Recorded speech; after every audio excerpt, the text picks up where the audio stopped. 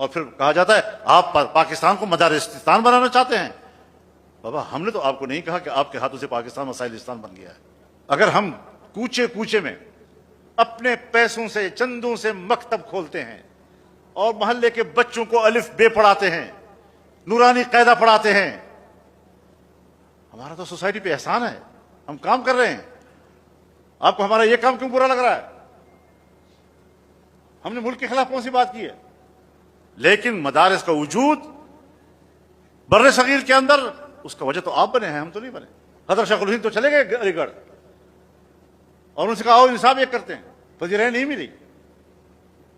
حضرت مفتی محمد شفیع صاحب رحمہ اللہ 4 سال انتظار کرتے رہے, 47, 48, 49, 50, 51, 5 سال تک کہ آؤ نصاب ایک کرتے ہیں.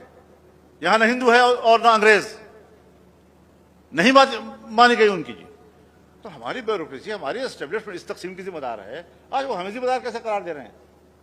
آئیں آج بھی ہم سے بات کرنا چاہتے ہیں تو بسم اللہ.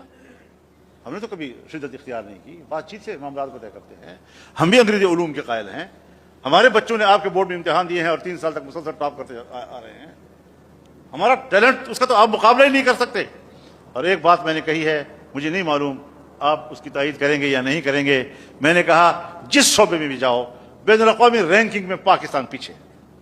عدلیہ پتہ نہیں 142 اور 144 پہ کڑی ہے. تمام شعبوں میں کرپشن ہے, بدعنوانیاں ہیں. تمہاری تعلیم پتہ نہیں دنیا کے کس کیٹیگری میں آیا ہوا ہے.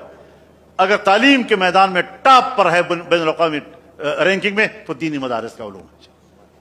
ہمارے جیسے علماء پوری دنیا میں جہاں پڑھا رہے ہیں ٹاپ کے علماء تصور کیے جاتے ہیں. تم نے پابندی لگائی کہ بین الاقوامی باہر کے طلباء یہاں نہیں پڑھیں گے کیونکہ یہاں سے اچھے علوم لے کر جاتے ہیں باہر.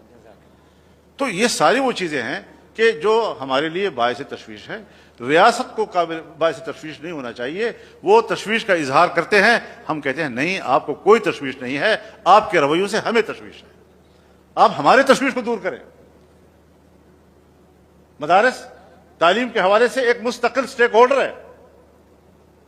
آپ مدارس کے اس تنظیم کو, اتحاد تنظیمات مدارس کو, دینی مدارس کے حوالے سے کسی بھی فیصلے سے پہلے اعتماد میں لیں گے, ورنہ آپ کا کوئی فیصلہ نہیں ہوگا. مدارس اپنا وجود رکھتی ہیں, اپنی حیثیت رکھتی ہیں, اس کا اپنا ایک مقام ہے, اس کا مذاق مت اڑاؤ. تم بھی کسی مولوی کے سامنے زانوی تلمس بچھا کر ہی حافظ بنے ہو. تو اس اعتبار سے ہمیں ایک پیج پہ آنے کے لیے بالکل ہم تیار ہیں. اس کے لیے ریاست کے ساتھ ہمارا کوئی ایسا تصادم نہیں ہے کہ اگر وہ بات کرنا چاہے, لیکن نیت صاف ہونی چاہیے.